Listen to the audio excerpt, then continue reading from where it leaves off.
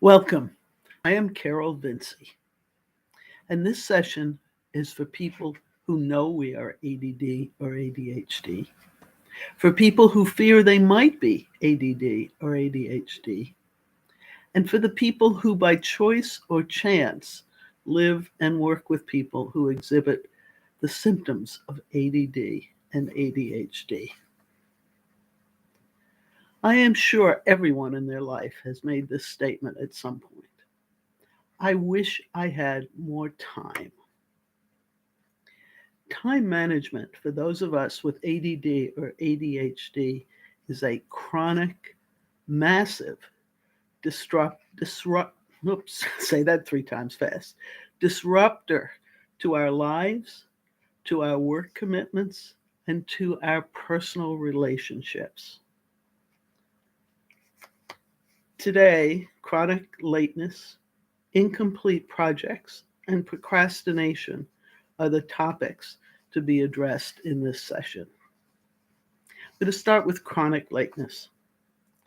I attributed my chronic lateness to always trying to put 10 pounds of feathers in a 5-pound bag. I was terrible at underestimating how long anything I worked on took. So I was always scrambling at the last minute to get things done so I could move on to my next appointment, social commitment, or anything in my life. I was always running late. Here's an example. I use a planner, and I'll talk about that later, but I projected that it took 15 minutes for me to have breakfast. Well, in fact, because I cook breakfast, I scramble eggs and saute peppers. It takes 15 minutes to saute the peppers and scramble the eggs. And then another 15 minutes for me to eat the food so that I'm not wolfing it down in 30 seconds. So that means when I start the day, I am 30 days behind schedule. So one needs to be realistic about how long things take. But the other thing about being late was I have to admit that I perceived arriving early as a waste of time, and that it put pressure on me to engage in small talk, and my social skills were terrible at that time. They've gotten a little better, but I don't do social chatting very well. So if I arrived at the last minute, I didn't have to expose myself to that shortcoming. The point that I totally missed in my chronic lateness was a sign of disrespect for the people I was joining. In contrast, and this is a real, I shouldn't say shock, but a real point for me to consider, is when I was responsible for business meetings, they always started on time. Now, I'm not going to tell my sister that because that will only bring up a sore subject between us. Incomplete projects. People with ADD and ADHD are drawn to complex situations, like a moth is drawn to fire. The challenge ignites our superpowers, which I will be discussing in a week or so with those superpower topics. When the solution is apparent, we tend to lose interest, leaving the final details to another staff member, or more likely, on a continuously growing pile of not yet done. How often have I missed revenue opportunities for need of just another 10% of focus?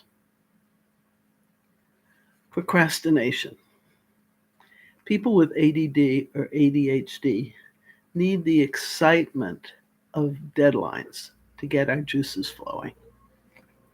During the pandemic, when most coaching was done via Zoom calls, I would find myself completing the assignment for the session as I waited for my turn to speak. The content was excellent in most cases, but I have to ask, why did I subject myself to the additional pressure and stress that not being prepared did to my body?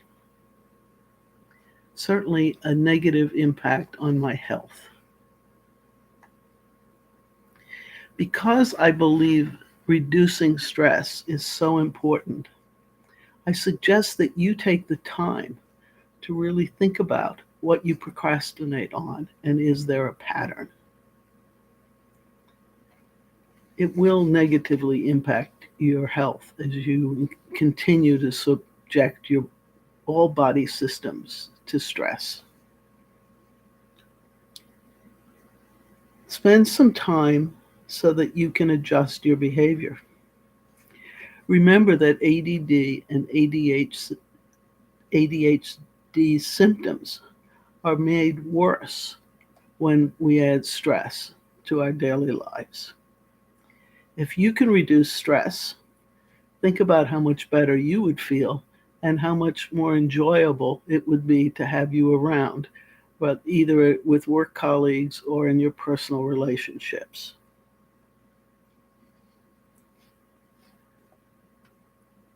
If you are part of the people who fit into the third category that I opened this presentation with, and that is people by choice or chance live or work with people who exhibit the symptoms of ADD and ADHD, you are probably saying, what's the big deal?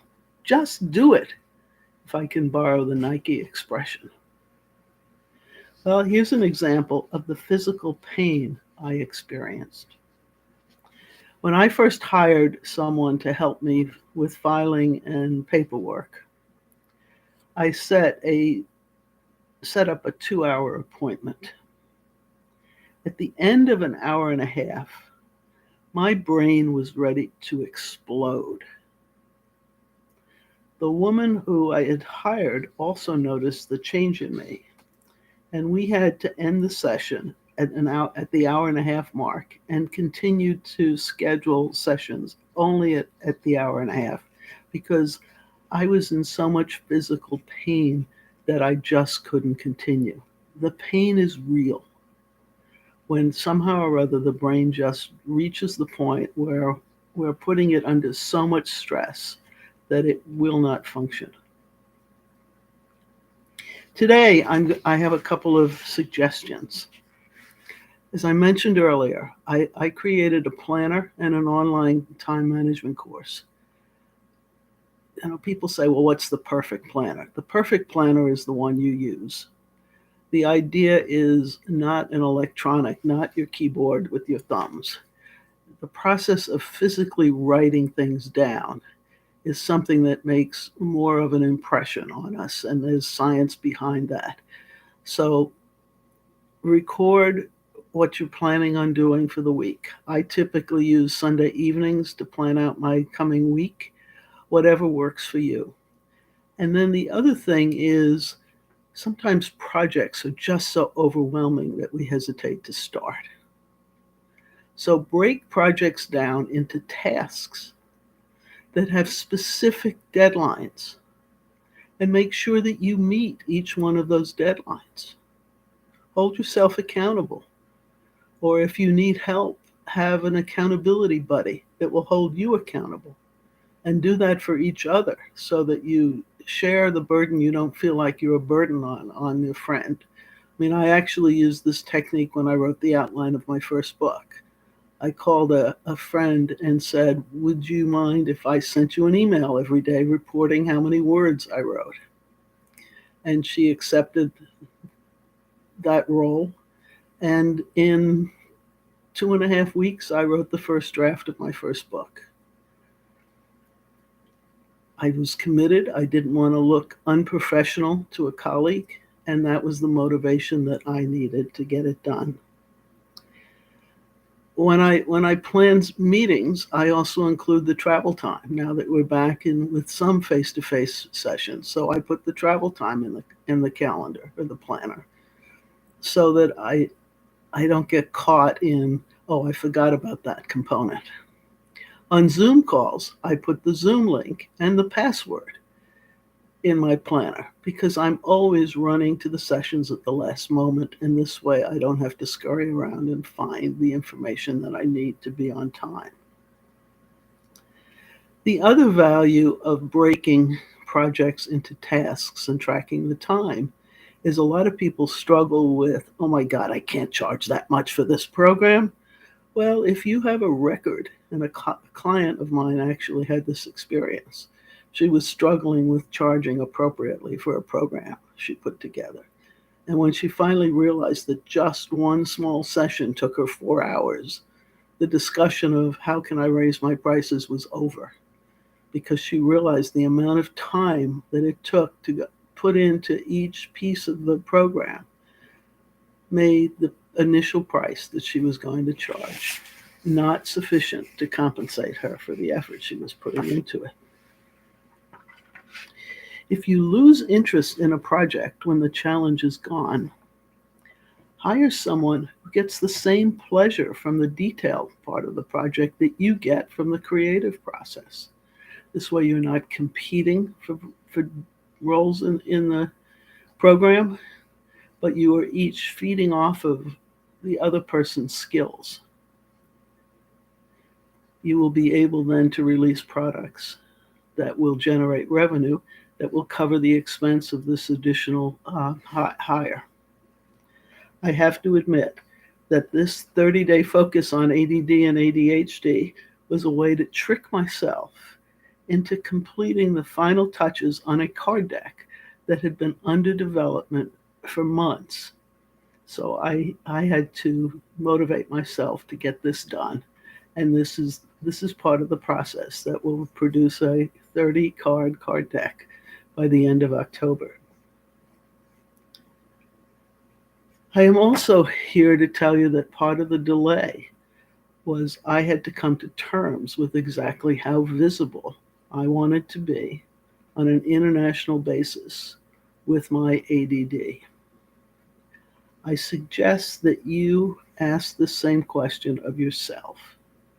There is no right or wrong answer, but it's not something that will occur to you or be solved in one 5-minute session with yourself, or even a discussion with colleagues, family members, or friends. It takes some getting used to. And again, do you talk about it to a few close friends? Is the work environment supportive for knowing that you're ADD or ADHD? Do they know enough about the condition to recognize that it comes with superpowers and not just the defects and deficits that are part of the common lexicon? Again, I thank you for your time. I encourage your comments. I encourage you to share this information with anyone who might also benefit from the words that I shared with you in this session. And I encourage you to subscribe to my channel. Thank you.